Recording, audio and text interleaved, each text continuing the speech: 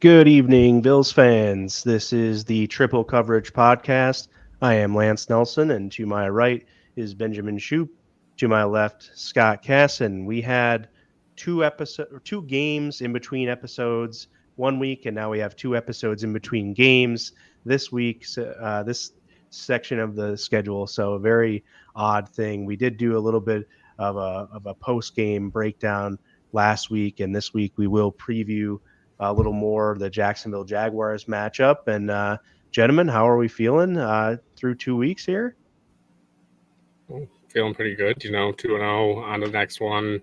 Obviously, Jaguars, I think, scare some people just because of the past and, how kind of the Jaguars have had the Bills number here and there. So, big one this Monday. It's going to be fun to see Gabe and Mitch come back to Buffalo here for the Monday night game. Glad to be back this week. I know last week I did miss, was just under the weather a little bit, but back this week and ready to preview this Jags game. Oh yeah, Yeah, brother. I'm feeling just as good as I was last week, and that's because the Bills are still 2-0.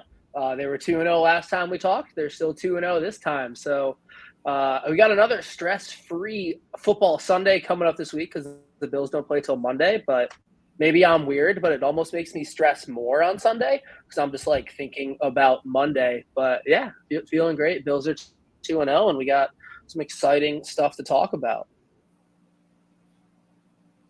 Yeah, absolutely. And one of those things is the return of Gabe Davis and Mitch Morse. It's a little bit of a reunion type of game this week here. We got a couple of our former players come in. We have Dwan Smoot, who played for Jacksonville as well. So a little bit of a couple of guys getting to go against their former teams. And what you have just some quick thoughts, guys, about them returning. I guess I'll start with Mitch Morse is one for me, a guy that I greatly respect at the center position. That's the position that Scott and I both probably endear one of the most. But Mitch was just a great overall guy and did everything right for the franchise.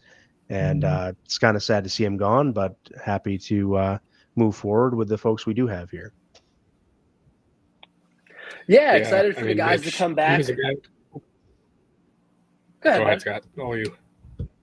Oh, you, buddy. Yeah, excited for the guys to come back. Dwayne Smoot revenge game, like you mentioned, playing his old team, the Jaguars. First game of the season for him. All signs are looking like he's going to play, which is great because he's one of those linemen that can play inside and outside, which helps deepen up that D-line completely. And then, yeah, it'll be good to see Gabe and Mitch back. More so Mitch than Gabe, I would say. But yeah, give them a standing ovation when they come out, pregame warm-ups. And after that, all business, and we're trying to beat them, move on to 3-0. But yeah, excited to see some familiar faces come back. And with Gabe Davis, we pretty much know his whole route tree. It's basically an 8 or a 9 route, so we should know how to defend it. Yeah, for a second I thought that Gabe might not be playing this game because last week he did get hobbled a little bit. If anybody was watching that game, but I think I haven't heard anything that he's not going to miss. That he's not going to play in Monday's game, so he should be. So it'll be nice to see, how they use him against Buffalo on Monday. But yeah, Mitch was the one that I think a lot more people. One were shocked by. I think people knew Gabe was going to be gone, so Mitch was the one that I think hurt a little bit more. He was the center, the guy that was the leader of the O line. So it'll be fun to see both of them back. But I'm hoping that both of them have pretty bad games at least on Monday. So hopefully that both teams can stay at their 3-0, 0-3 bracket there, but it'll be nice to see them and see how the fans kind of react to them as well. I feel like Mitch will get a very good, at least applause maybe, but not so much sure about Gabe. I know how sometimes we can treat some players, and Gabe was kind of up and down, so I'm interested to see how the fans kind of react to him. Yeah, I was a big Gabe Davis fan. Just met him at a signing, and he kind of took the reins because Dion and Lil Dirty were late to the signing, so he kind of had to take the floor and be the main attraction for that. And he did very well. Was a great professional as a young kid, and just one of those guys I think that gets it. And you always appreciate when you come across folks like that. Well, 0 interceptions for Josh Allen going into week 3. We talked about this multiple weeks and just want to get your quick thoughts on where did you maybe think Josh would be after 2 weeks, especially against the Miami defense. Maybe we knew Arizona's defense was probably down a little bit and not necessarily a team that's going to turn the ball over a ton, but Josh Allen does have his moments and tends to take risks and stuff. And through 2 weeks, we don't see that yet. And of course, they haven't ran many offensive plays. I mean, I think their total plays is like 27th or 28th in the league for they're the third least amount of plays, 103 this season so far. So not a lot of plays run, but they've been effective at when they did run those plays, I believe. But what do you guys just think quickly about 0 interceptions after 2 weeks? Yeah, I think at this point I would have thought he'd have maybe 2 or 3. Last year it seemed like it would have been, some people were betting on him to throw an interception every game, and they were winning a lot of money last year. But this year, he hasn't been asked to do too much. It's been something. I mean, I know maybe against the Cardinals he had to play a little bit of hero ball here and there, but overall, compared to what we've seen in the past, he hasn't really been asked to be that super Josh like we've known, especially last week against Miami. He really was kind of quiet, and it wasn't a game that, Bills fans weren't really used to a game like that, where it was the James Cook game. But, it's nice to see him taking care of the ball. Part of that could be the switch with Joe Brady of how Brady's kind of getting him to just take the easy stuff, not force it as much. But, I still thought that maybe he would take a shot or two that would backfire on third down, or, just kind of get a little over aggressive at some points in the game, because that is part of his game. So it's nice to see no interceptions. I mean, I'm still kind of in that position of I'm still kind of shocked if he will have another one, like go 3 straight weeks without an interception, especially just because sometimes his interceptions might be the most random tipped balls that aren't even his fault. So yeah, I think it's we could see one this week against the Jags, but even if we do, it's still a nice sign to see at least him keeping it down a little bit to start the season. Yeah, I think he's doing a great job of just staying within the system. At times in the past, if they get to losing in games, or it's a 3rd and long or a 2nd and long and they're behind the sticks, he tries to force stuff that he shouldn't force. Basically every interception he threw last year in the Jets game, and then again in that Broncos game on Monday night, like he'll try to force it down the field, double coverage. A lot of times it isn't there. And I think a lot of that is Joe Brady and the scheme that he's running. Like we talked about in the past with Ken Dorsey, a lot of his stuff was longer developing, more down the field, big plays. Joe Brady. Where did I go? I'm back.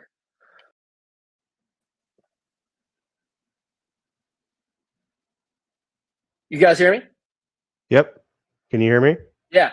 I don't know what happened, but I don't know where I left off. But yeah, a lot of the stuff with Joe Brady is quick hitters, getting the ball out quick, medium passing game. So a lot less opportunities to put the ball in harm's way. And I think this could be the year that Josh Allen has his highest career completion percentage.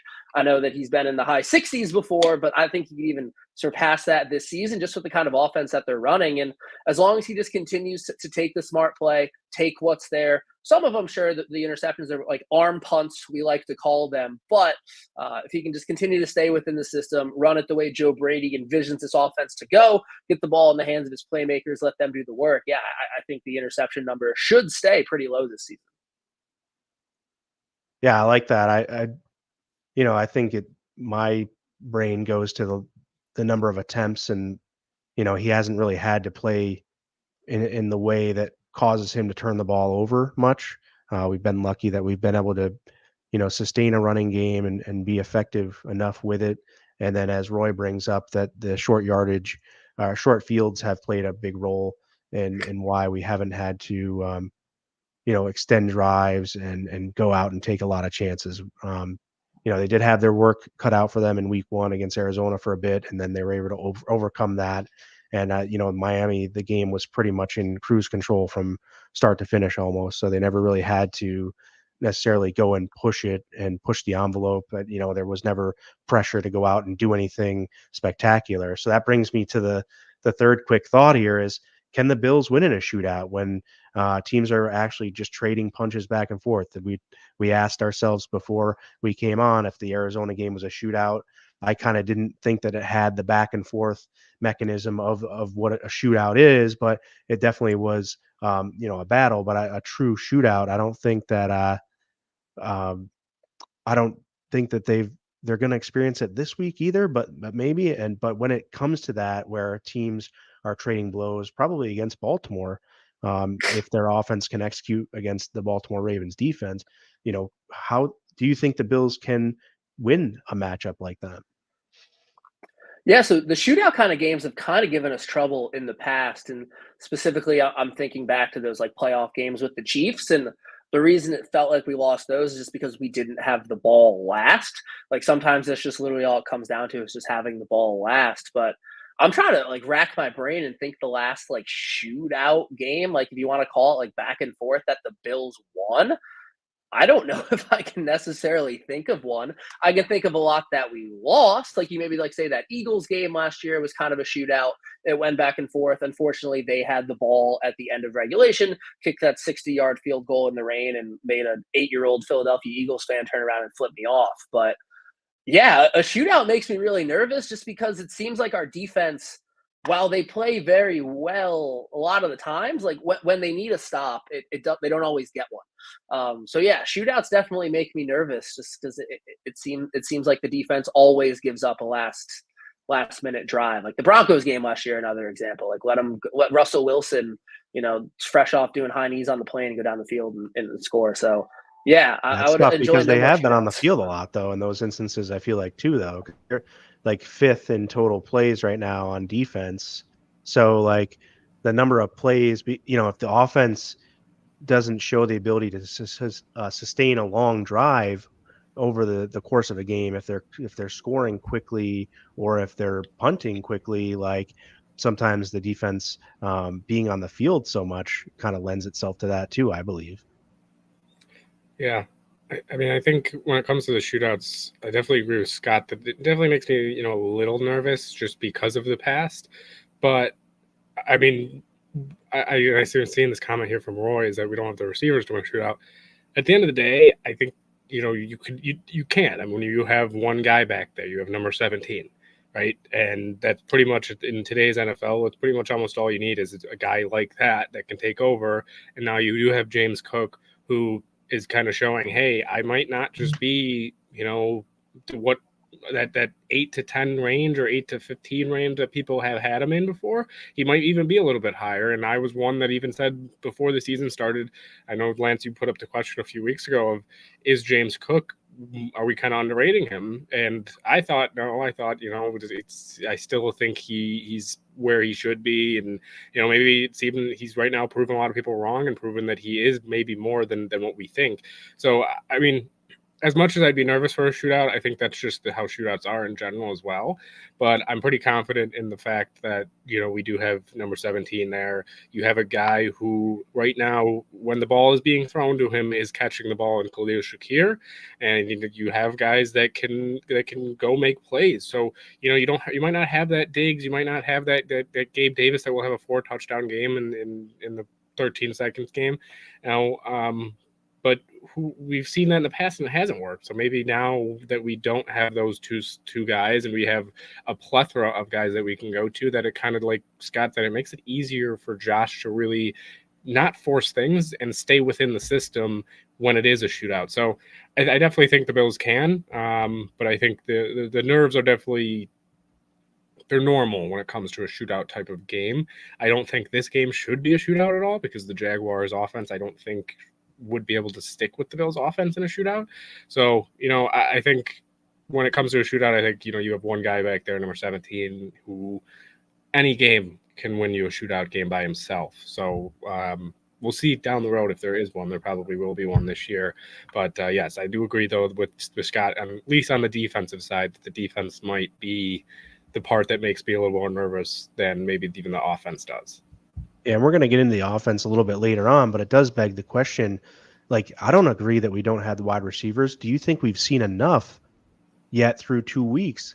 Because I don't think we've seen enough from this receiving core. I don't think the usage has needed to be there, and I don't think it has been there for guys like Curtis Samuel to show really what these guys can do in this offense and what Joe Brady really may want to do if he opens things up. It's been a very conservative offense thus far. They haven't asked anybody to do too much other than James Cook, really. I mean, I think other than running the ball, they haven't really overextended themselves in calling a lot of these different passing plays and getting tricky with handoffs to Samuel or anything like that. They had the one play where they ran it back to back and finally scored. I think they scored the touchdown on it where they motioned and then threw a swing pass. And was it James Cook on the swing pass when he scored that touchdown, I believe, against Miami? They ran that play, I believe, twice in a row. And on the first time, I believe they called a timeout, and then they ran it again after the timeout and were successful on it. So outside of that stuff, like they haven't run too much flashy stuff, but I've seen enough to say I'm confident that what they have in this group and what they can do with this group is enough for me. They haven't needed to do anything else yet. Right, exactly. Yeah, I agree. I think that's, we'll see as the season goes on, and there could be growing pains like, you've seen with the Chiefs last year. You saw growing pains with their receiving corps, but at the end of the day, I think it's just the selflessness that they've been preaching too about this offense and this receiving corps, that nobody's demanding the ball a certain amount of times, which is just allowing everybody to be in sync and the offense to flow at its best. And right now you're seeing it, especially in the run game, that this team is kind of finding a little bit of a new identity on offense, and it's working so far. And as the season goes on, I think they'll open up the playbook more and more. Yeah, definitely props to the O-line too. They've played exceptionally well, and you're going to see some skills this week against the Jaguars defense, and then the next week against the Ravens. You don't have to wait for the Jets. I think the Ravens next week will be very good, and I think the Jaguars front is good enough with Joshua Hines-Allen and those guys that you're going to see them at least have to work. I don't think it's going to be something that they just can roll over Jacksonville by any means. I think they're going to have to definitely put their work in and have a valiant effort this week to have success. So they have done a great job, and I'm looking for them to continue that. And with that, I think, Ben, you're going to get into a 1-minute segment here, brother. So we'll let you take that over. Yeah, this week it's early in the season, so there's not too much really to go in depth about when it comes to the Bills right now. So I just kind of want to get your guys' thoughts. It's early in the season. What so far after 2 weeks really has been that biggest difference that you've seen with this team? We saw a lot of turnover from last year to this year. We just talked a little bit about how the offense kind of has a different look and different feel to it. But what has been that biggest difference to you? Is it Josh doesn't turn the ball over as much? Is it that the selflessness? For me, I think that is the biggest difference, is just the selflessness that you're seeing and the emphasis on the run game, even if it's not working. And you saw that week 1 against the Cardinals, where it started getting stagnant towards the end of the game with the run game, but they stuck with it. And even then into the Dolphins game, where the O-line is now kind of ready to go already by week 2 or 3. So what has been the biggest difference this year to you? I know it's early. I know that there's probably your answer will probably change as the season goes on, but what to you guys is the biggest difference from the Bills from last year to this year?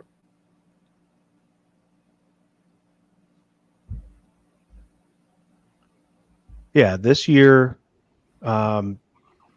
it just seems easier. It doesn't seem like the offense is like grinding it out. It seems like they're comfortable in doing what they need to do. And it's not forced. Great comment there.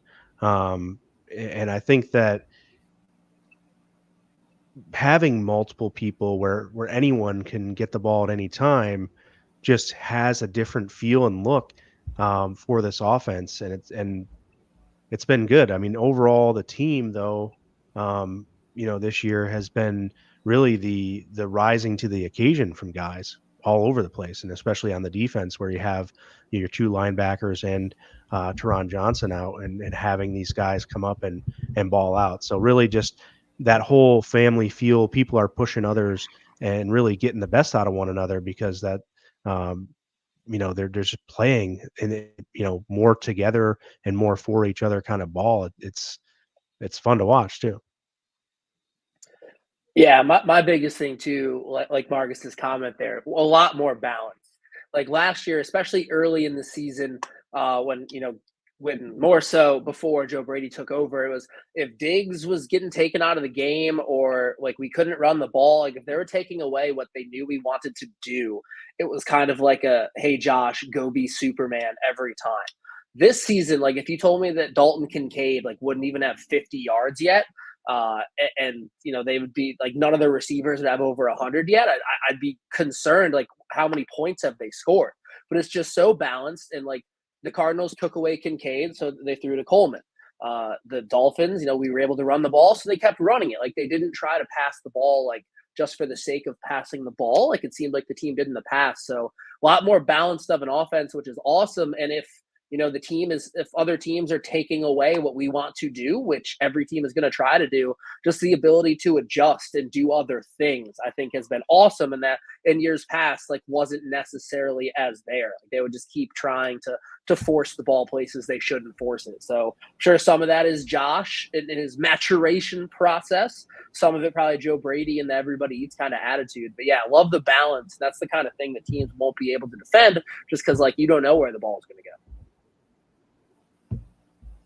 Yeah, I want to bring up before we move on here this comment from earlier from Cole saying, why does it seem like we're deflated? Josh doesn't have to do it all. And this kind of, I think, alludes to this whole point of the difference in the offense. Is it does seem funny as everybody does kind of seem like it seems weird on the offense, yet from Marcus right here, two games over 30 points where it's been, again, it's weird that the team has put up 34 and 31 because it doesn't feel like it. Like you said, Scott, nobody's had a breakout game really besides James Cook last game, but the passing game hasn't been crazy, which I think that's the part that feels weird is they're putting up 30 plus points.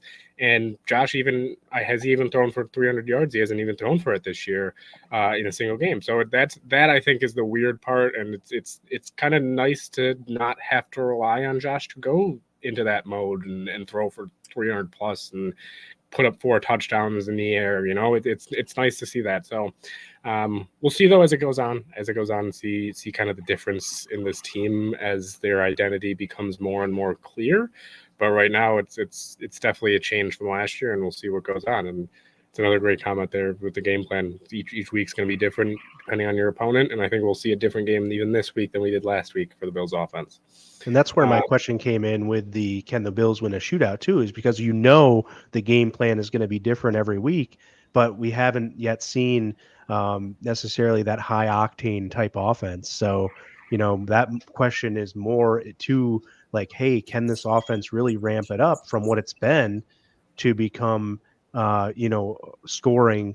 And I guess they have already scored. It's not like they haven't, but it just hasn't looked the same as in past. They're not putting up all the yards and all the, wow factor plays and that kind of thing. It's been, they do have the 49-yard James Cook run, which is a big play and stuff like that, but there hasn't been these, bombing it all over the field. Josh Allen's just chucking it everywhere type of stuff. So it is different, and it's more exciting for me. I want to see that when it happens and when they're able to unleash that sort of game plan and have it be their focus to, throw the ball over the yard and get these guys going. Because like Scott said, having the tight ends be non-existent so far is super strange. Yeah, I mean, I will say I do think that kind of is an advantage because then the Bills have multiple ways of beating you. It's not just that they're relying on that one way, and when they get time to a shootout, they have a million ways that they know how to beat you. So yeah, Scott, you got anything before we move on to a little bit of defense talk? No, let's do it. All right, yeah. So the Bills, we were just talking about the offense a lot here early on, but we're going to move on to the defense against the Jaguars offense that has been struggling a little bit this year to start. Trevor Lawrence, I believe, only has 1 touchdown pass. Etienne has had a solid start, but it's been a bit of a struggle for this Jaguars offense to get going, at least consistently. They had a rough game last week against the Browns where they got a safety against them, sacked a bunch, and that's going to lead me to my first question is, the Jaguars have really struggled against the blitz this year so far. So I'll start with you, Scott. Should the Bills should this force them to be more aggressive, or should they just rely on that front four to get the pressure up front and just be able to play their defense how they play it the rest of the game? Yeah, generally, I don't love blitzing a ton just because elite quarterbacks will pick you apart. But pun intended, Trevor Lawrence is a Jag. He is just a guy. So we can pressure him, we can heat him up, and I think that our back end is good enough to man up their receivers, like play some cover zero. Like we know like what Gabe Davis is going to do. We know like Christian Kirk and whoever else. And Evan Ingram isn't playing, I don't believe. They say he's probably going to miss a game. So, like, I think that we are good enough on the back end to man them up if we have to, send some pressure at Trevor Lawrence and try to, like, make him uncomfortable. So I think they start off, like trying to rush with four, maybe, send some, like, basic blitzes. But, yeah, like, if they have big situations, like, I'm totally fine with them getting exotic, sending, like, a corner blitz off the side, sending stuff he may not expect because as we've seen from Trevor Lawrence, like he'll kind of get happy feet in the pocket and make some throws he shouldn't throw. So yeah, I definitely think they should heat him up and try to force him to get the ball out quick because I'm confident in our secondary against their receivers. So yeah, I think that would be a good game plan for the defense going into Monday. I think when you say, are they going to ramp up and be more aggressive than they have been? The answer is going to be yes. I mean, they only blitzed 12.3%. It's 31st in the league in blitz percentage. So just by virtue of that, there's only one way to go, and that's up. They're going to be a little bit more aggressive, but I think that they don't need to play outside of who they are. They play that way because their front four is typically able to get that pressure, and especially with Rousseau coming on, if he can replicate or be close to the way he's playing in that 3-sack game.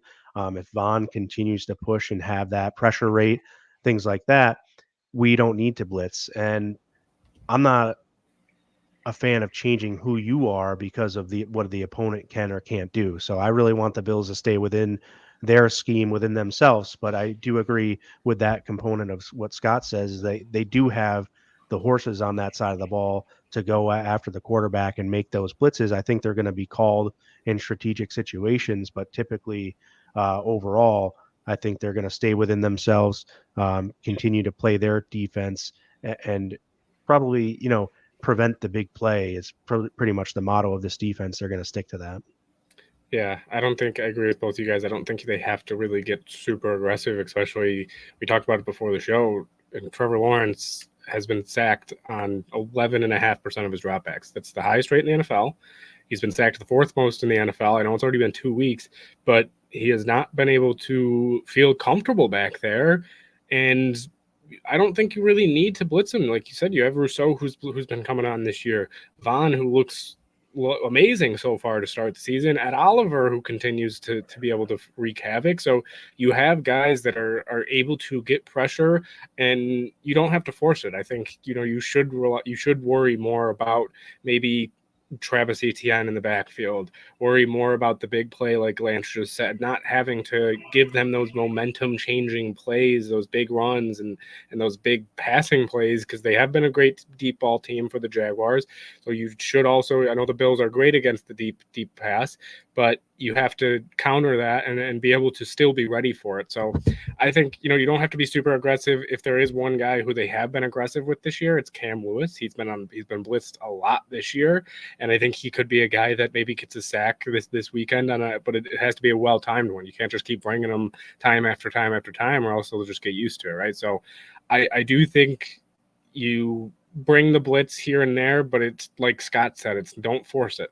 Let it come at the right time and let it be a play where you maybe take a chance, but it's not too big of a chance where it's like if you don't get the sack, then you're going to give them a big play. Because like you said, the Jaguars, if there's one thing they've been doing very well this season, it has been the deep passing game. So, that I think should be really the focal point this season or this game, rather than, hey, let's just bring the dogs and just bring the house on Trevor Lawrence play after play. So, yeah, I agree with both you guys. You guys got anything before we move on here, though, to the next topic? Nope. No? All right. Well, speaking of what the Jags have done well, they have run the ball decently well, at least against a light box, right? So when they've had a stacked box against them where there's been more 8 or more in the box, then they've struggled. So this is then bringing me to my question. Travis Etienne is going to be looking like the only back out there. At least Tank Bigsby doesn't look like he's going to be playing this weekend. So we'll start with you, Lance. Do you think the Bills should overplay that aspect of their game and really just shut down Travis Etienne? Or do you think they should, like you said, focus more on, hey, just play how you've been playing and don't allow the deep balls? Which do you think they should lean? Yeah, well, they like their typical play style is 7 in the box. So light box is 6 or less, and stacked box is 8 or more. And they, for 50.8% of their snaps, have played 7 in the box. So I think they continue to do that more often than not.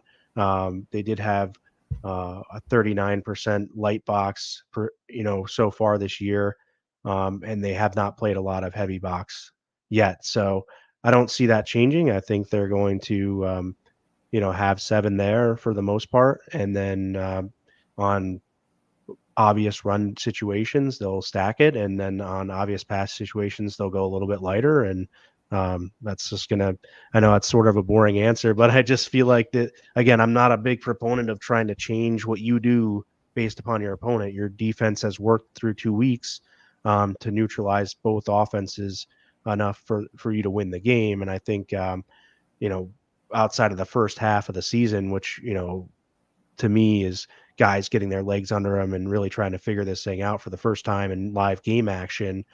This defense has done a great job in a game and a half so far of really shutting the opposing teams down. So I don't see the need to necessarily change anything you're doing. You can definitely implement things here and there if situations dictate that, but I don't think if the situation's not dictating it, I don't see them moving off what their norm is just to do it.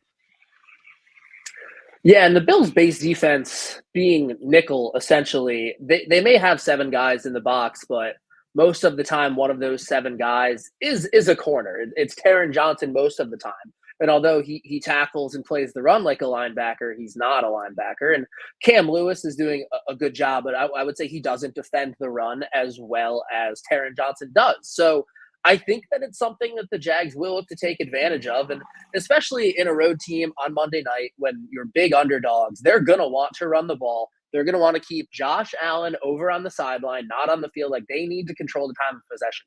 So I wouldn't be surprised if maybe we see a little bit more 3 linebacker stuff from the Bills on Monday. They don't do it a lot, but if they're going to run the ball and try to play the time of possession game, then maybe they do that. Maybe they load up the box a little bit more, one-on-one matchups on the outside, make those receivers, make Trevor Lawrence try to beat you. So I definitely think it'll be something that the Jaguars will take advantage of, and it'll be interesting to see what the Bills do personnel-wise.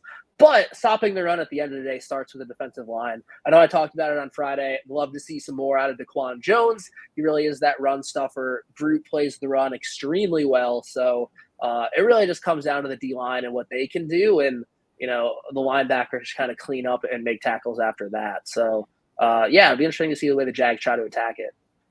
Yeah, I mean, when you look at how the Jags have played the first 2 games, they have kind of leaned on Travis Etienne a little bit more than maybe they were hoping this season, and it's mostly due to the fact that besides the deep pass game, they haven't really been able to do anything, especially even in the intermediate or too much really even in the quick passing game. So I do think that you could see maybe a little bit more of, like Scott said, that 3 linebacker look just to kind of put the pressure on, hey, if you are going to beat us, you're going to have to beat us in the passing game, and you're going to have to beat us with your quick game, which the Bills have not been the best at when it comes to the short passing game and the quick game. But they've been able to at least hold them, right? They've been able to say, hey, you're not going to get that deep ball. You're not going to beat us downfield.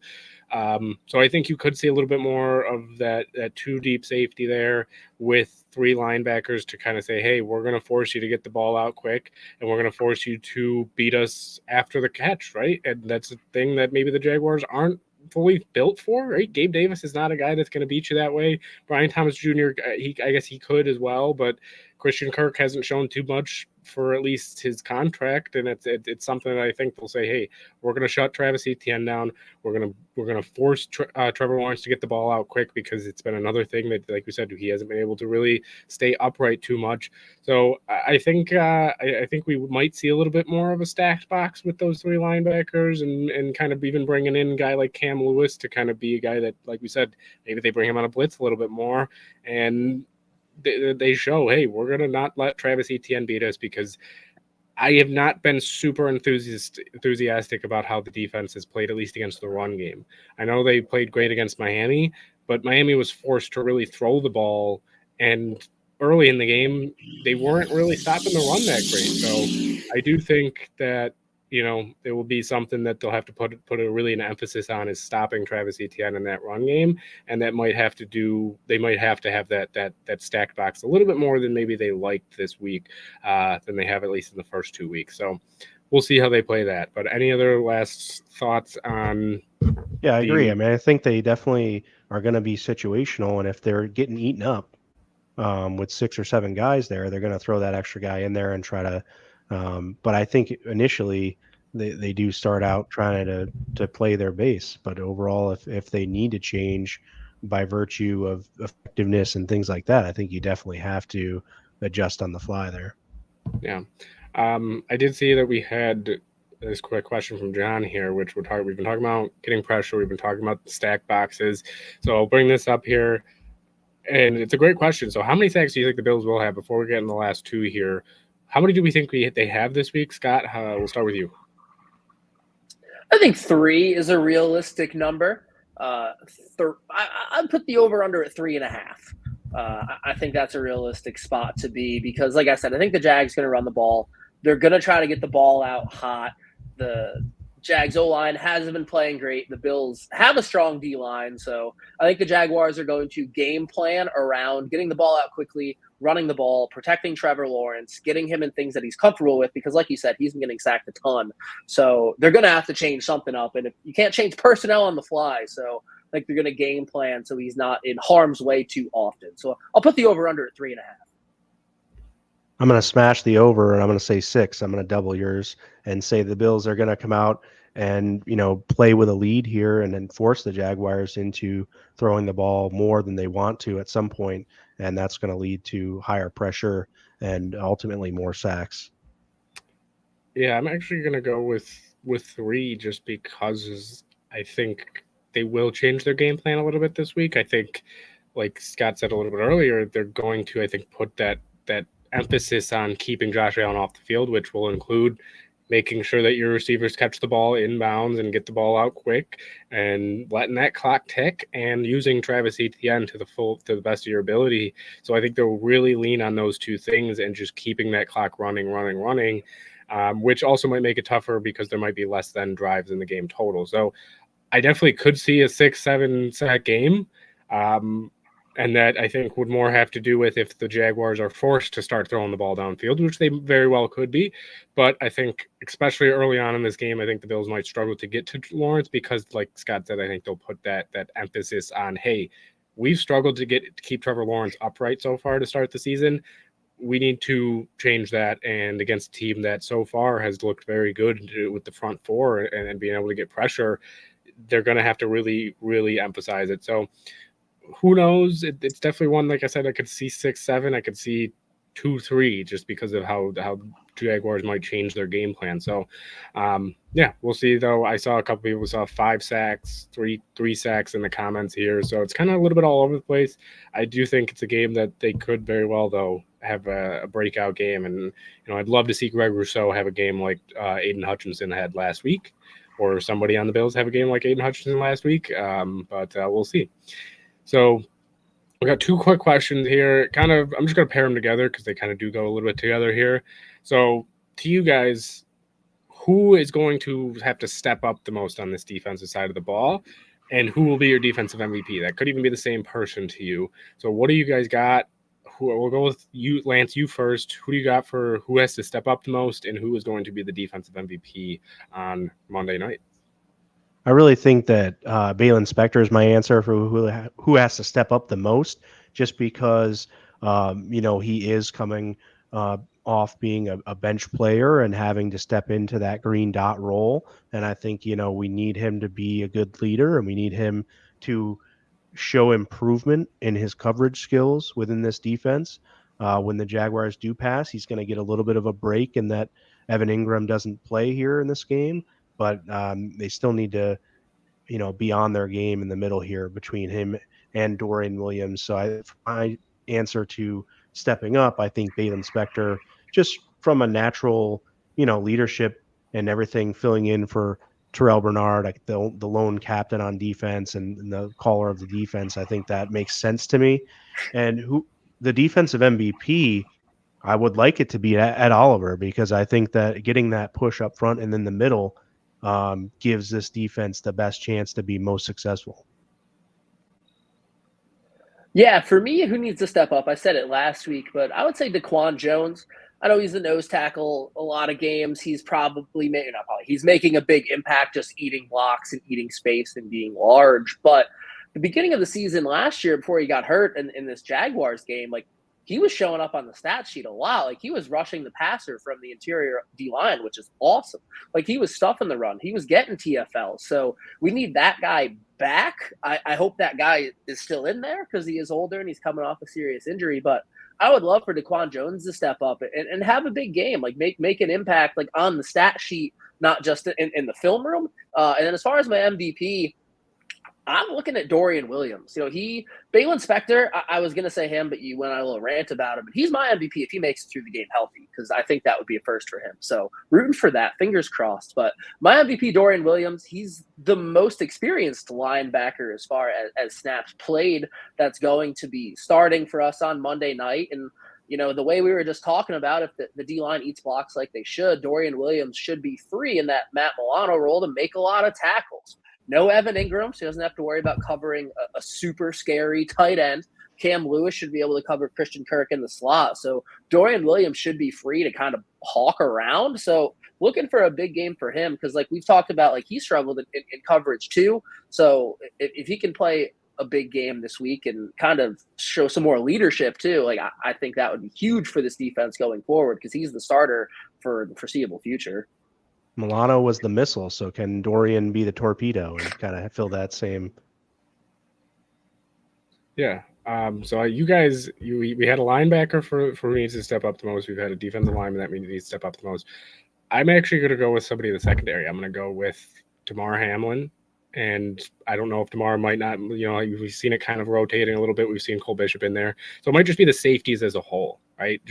I think they really need to put an emphasis on not allowing those big plays. I know they really have been great so far, but they haven't really been challenged too much. I mean, the Cardinals weren't really challenging them downfield a lot. The Dolphins were not challenging them downfield a lot, except, the two times that they did, they ended up picking him off. And that was, Christian Benford making plays and having just in a phenomenal game.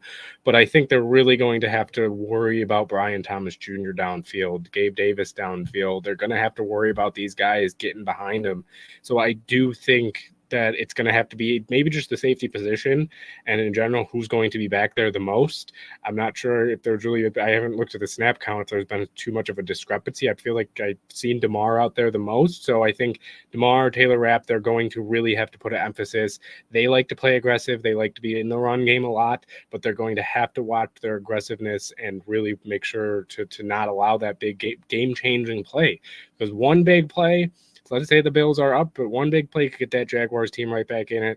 And Brian Thomas Jr. is the guy that I think they're going to have to put a focal point on to really minimize him deep down the field. So that's going to be who needs to step up the most. My defensive MVP was going to be Ed Oliver. So I'm going to switch off of that since Lance also did. I'm going to go with, I'm kind of back and forth right now. I do think that it's going to end up being Von Miller. He's looked phenomenal to start this season. He looks like, he might even be back to what Von Miller we thought he could be in this Bills uniform. He's looked great. I know that's a huge statement to make, especially after 2 games, but he's really looked phenomenal. And I think with Greg kind of coming along, Epinesa has been a little bit quiet to start the year, but we know that he can be a game changer as well. Ed's been great up the middle. So I do think that this allows Von to play more one-on-one with those tackles and be able to get pressure. So I think Von Miller could end up being a defensive MVP, having 2 or 3 sacks this weekend or this Monday.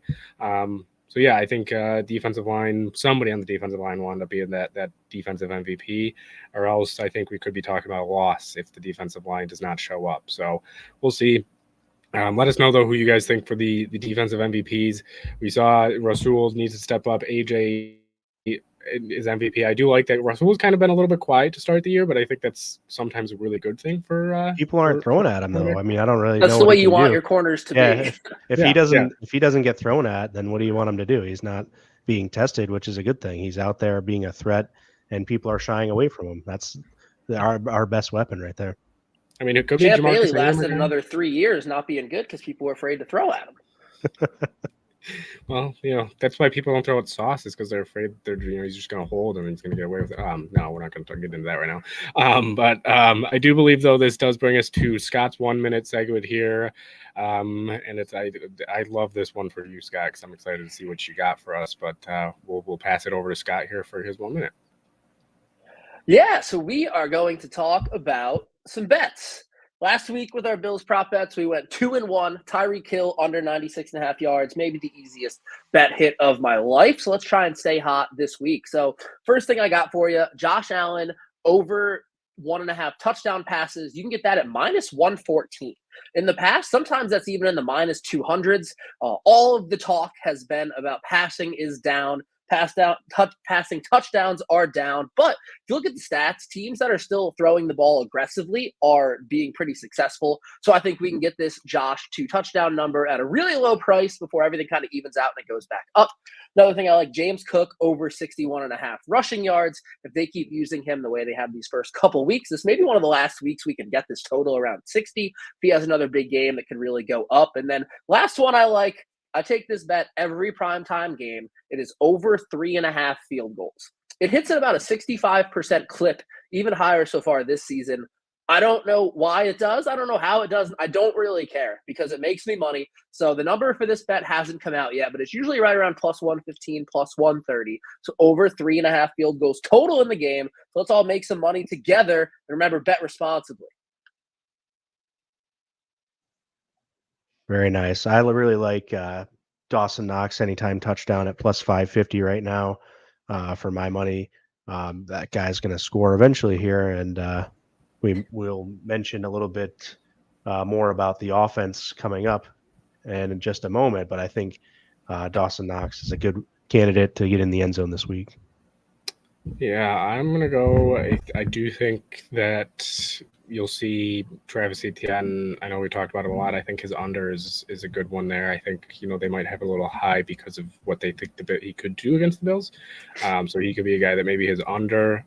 Last week, I ended up going with Tyreek Hill's under against the Bills, and that did end up hitting. Unfortunately, I didn't listen to Scott, and I parlayed it, and I didn't hit the actual bet. You don't do parlays. Every time That's I how parlay. they get you. Yeah, well, it was a free bet, so I didn't end up losing the money. But yeah, no, it's just there's something that I think they'll put an onus on stopping him, and I think Travis Etienne's under for rushing yards could be something to keep an eye on this week, in terms of at least an under, because I love some unders. I love rooting for guys against the Bills to not do well. Week 1, Marvin Harrison Jr. under ended up working out pretty well there. So yeah, we'll see what goes on there, but. Yeah, they say unders are the best bets because you're winning the whole time. Until you're not, but we have some good bets here though. We got Allen. We got Keon and MVS touchdowns. MVS might be a sneaky one this week. Could see it. Could see a little deep ball maybe to him. Allen with 250 passing yards. Last week I thought that he would hit it because he's never, I think, not hit it against the Dolphins, and obviously he just didn't need to last time. So yeah, we'll see. Coleman's a very popular one that we're seeing as well. So we'll see who ends up being the guys this weekend. But yeah, so we'll move on here though. We talked about the defense. We're going to get into the offense a little bit here. And speaking of James Cook, even though we weren't really talking about him too much, James Cook has been phenomenal to start the season, and the Bills have really been leaning on that run game where you said Josh Allen hasn't really had to do too much. So really easy question this week. Do you think the Bills continue to lean on the run game? Do you think they should continue to lean on the run game? I'm just going to say my answer real quick. I do think they should continue to at least utilize it and keep it similar to, that 20, 30 times a game when it comes to overall rushing. But I would like to see at least early on the passing game used, especially in the early downs. The Bills, I think, are right in that middle of the pack when it comes to early down passing. But I saw a stat today that there were 91% under center predictability run rate. They're so predictable in the run game. It's been working, so I guess it doesn't really matter too much. But I think as the season goes on, they have to kind of become more unpredictable, especially when they do run the ball. So I would like to see them, especially under center, not run the ball as much and utilize that passing game a little bit more, just to throw the defense off a little bit, maybe utilize play action a little bit more.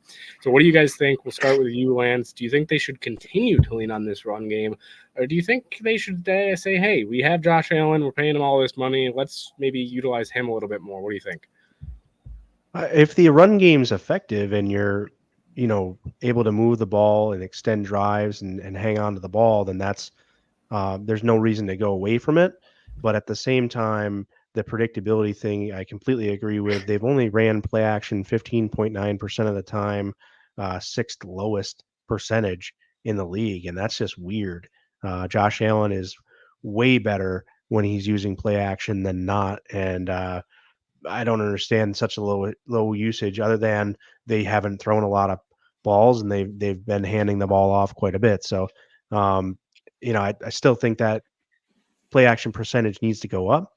I still think that second down handoff needs to go away more often. It's just always you get the first down run. Okay, I get it. You got the see what starts on the drive, see what you can get, and then immediately, on second down, you have another handoff, and it's like, all right, let's see something different. And for me, I would like them to not necessarily go away from the run game, but to be very much less predictable using it. Yeah, I think they're definitely going to run the ball. That seems to be a staple of Joe Brady's offense, controlling the line of scrimmage, dominating on the run game. Like you mentioned, going play action 15% of the time. When the Bills are under center, they're running the ball 91% of the time. So if the Bills are under center, they're telling the defense it's a run, essentially. And the O-line's been so good that it hasn't really been a problem. So is this the week that we start going a lot of play action? Because, they're going to put stuff on film and then you're going to do something different. So I could see them going like establish the run early, go a lot of play action. And the Jaguars have a really good pass rush. They have the artist formerly known as Josh Allen, now Josh Allen Hines. They have Trayvon Walker, former number one pick. And the best way to neutralize a good pass rush is to run the ball, because they're a step slower off the line. They have to see if it's a run. And if they're going to, rush up field, you just run right underneath and replace that gap, pull a guard, pull a tackle, and they can basically kick him right out of the play. So, yeah, I look for the Bills to establish the run game as a way to open up the pass game. And I would love to see some more play action, like you mentioned.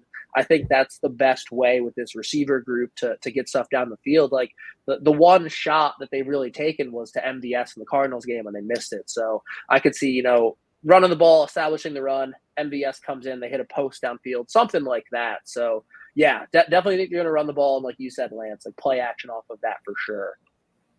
Yeah, I do also want to just bring up some kind of interesting numbers here. So since Joe Brady took over as offense coordinator in Week 11, the Bills have had 6+ offensive linemen at 16% of their plays, the highest rate in the NFL.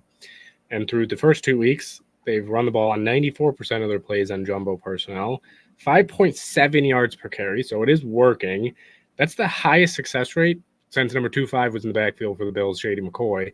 So they've really been phenomenal at it, but I think that kind of alludes to the predictability. People see 6 linemen and they know what's coming, but guess what? They can't stop it right now. So I do think we might see a little bit more play action, especially out of maybe that jumbo package, maybe a shot downfield this game, maybe a Keon Coleman MVS.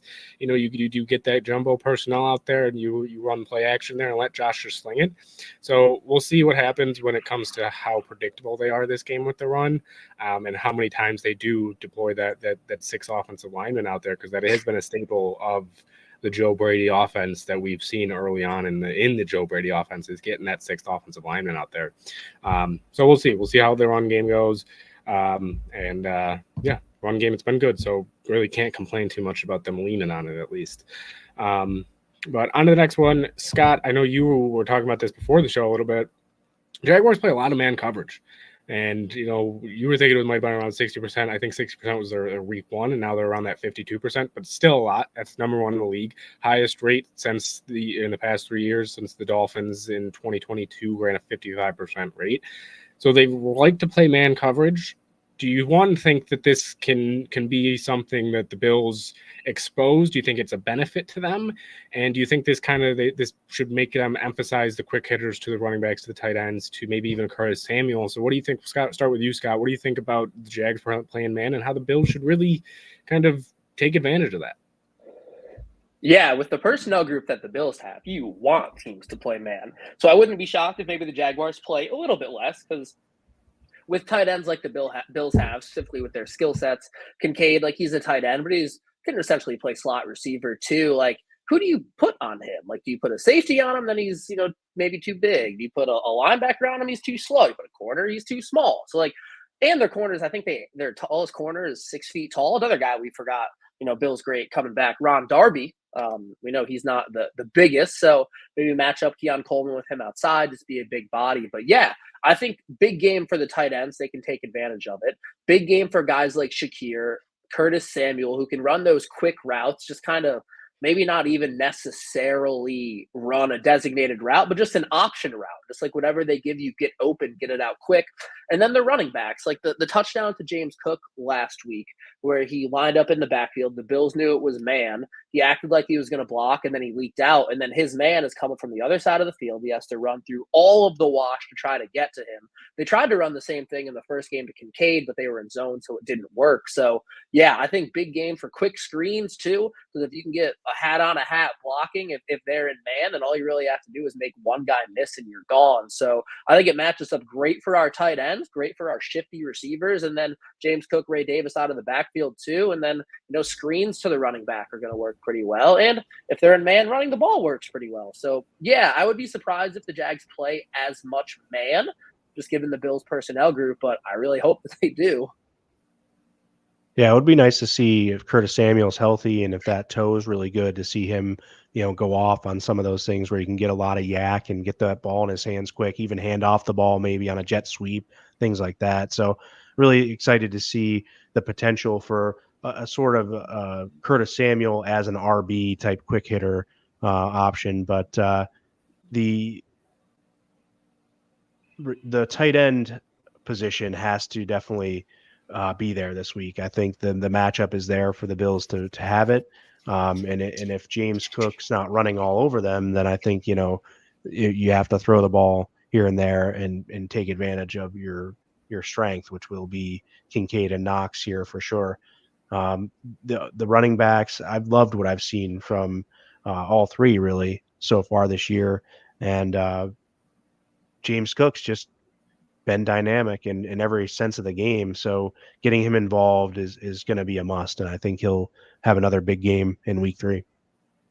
Yeah. I mean, I think this should be a thing that the Jaguars should switch it up this week a little bit. They should not play as much man as they have been.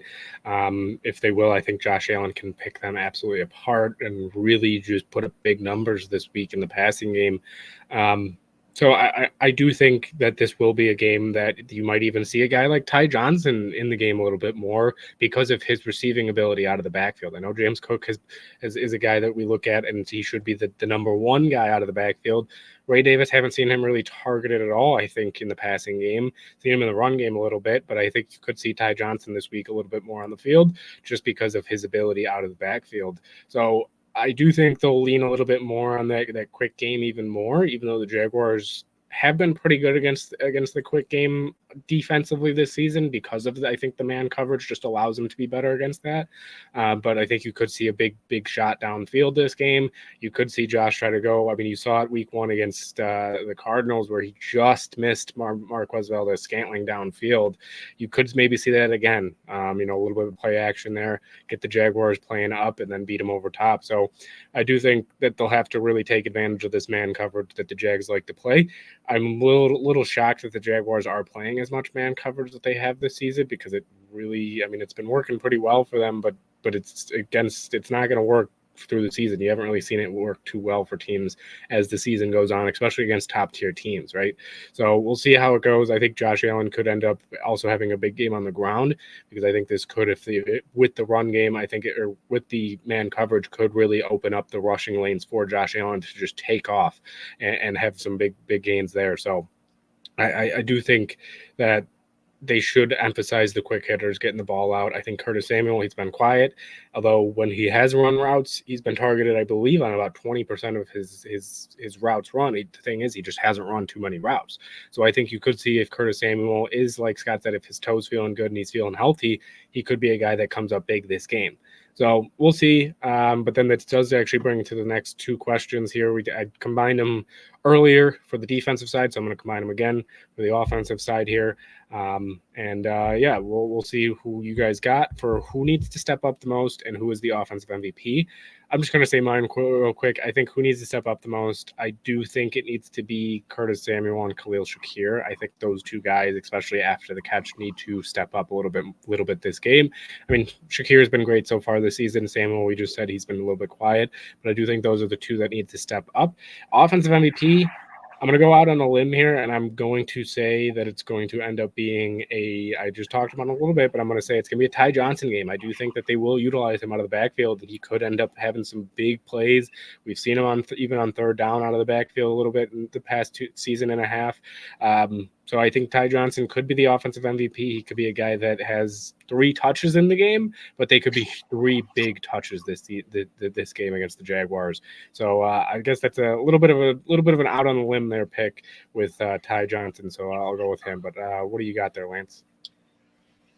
Yeah, I guess we're not gonna probably pick Josh Allen as the MVP. That's probably too easy of an answer, right? But who needs to step up the most? I'm going to go with Kincaid. I just want to see, a big game from one of our tight ends, and he's the lead guy as a tight end. We came in thinking he was going to be the leading target getter and things like that, and it just hasn't necessarily been that yet. But I would like to see, with this matchup, have him step up and have a big game. And then the offensive MVP, I'm going to go with the same guy. I think Dalton Kincaid.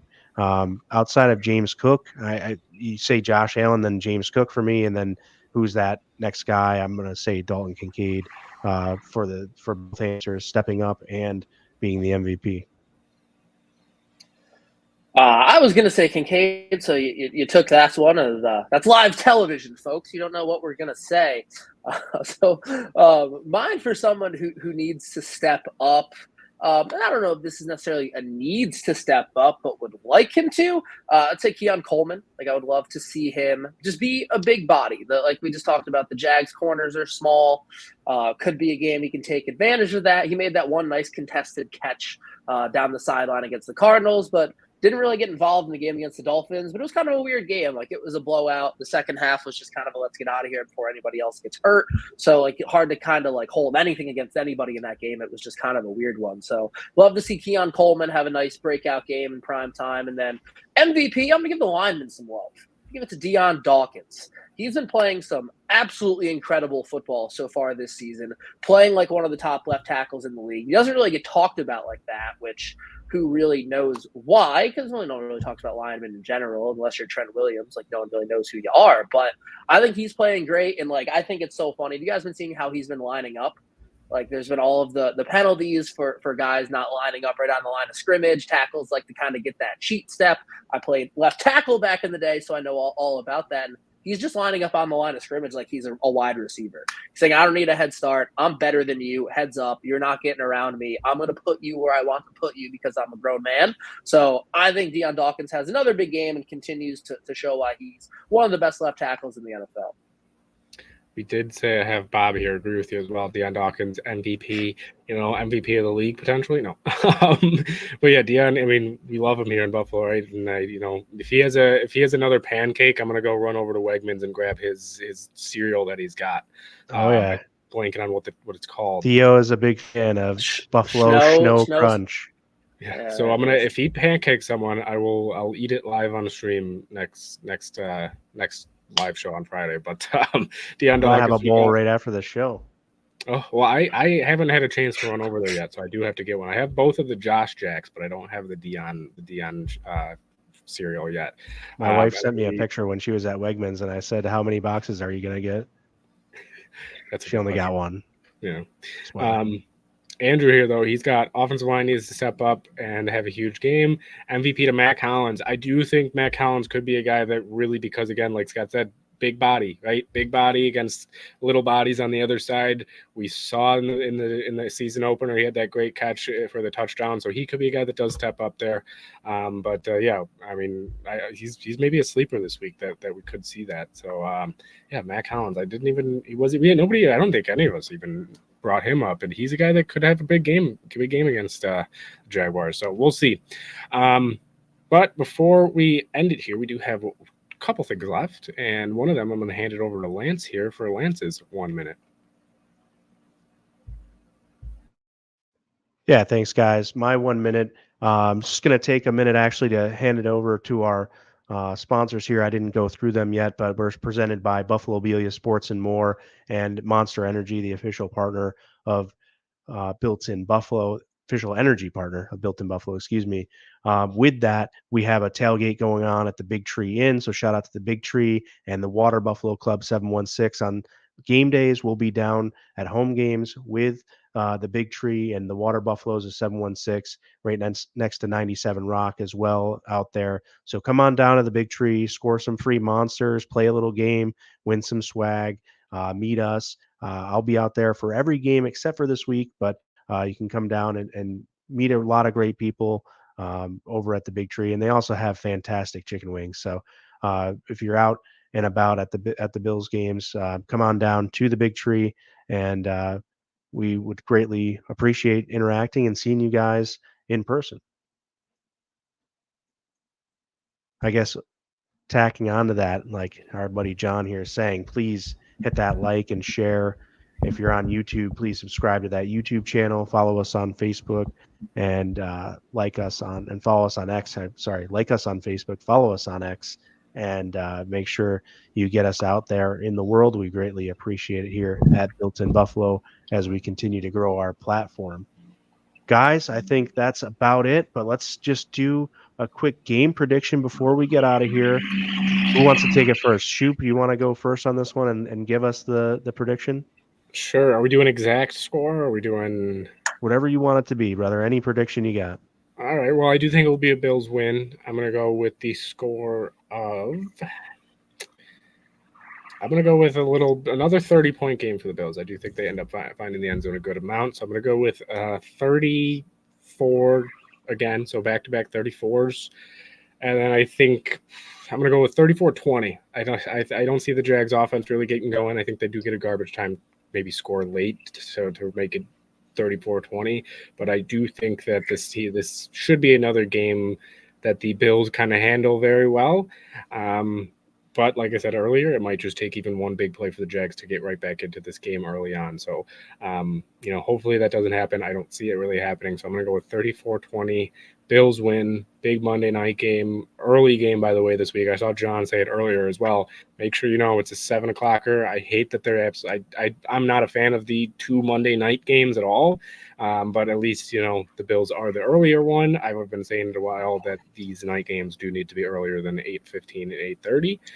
But we gotta West Coast. Dave Myers over there on the West Coast. We need to make sure he can watch it. So yeah, we'll see though. But I'm gonna go with 34-20. Yeah, it's nights like this that make me grateful. I have a multiple TV setup in my living room because we're going to need it for both games. I'm going to say Bills 27-20. Each team with 2 field goals to get us to our 4 field goals. I think the Bills cover that 5-point spread slightly, and the over-under is 45. So leaning over in this one. So yeah, Bills 27-20. And as everybody knows, we do our score predictions in Twitter. And if you see me put a different score there, so I have a better chance of being right, just mind your business. Right on. I'm going to go 38 to 27. Bills win.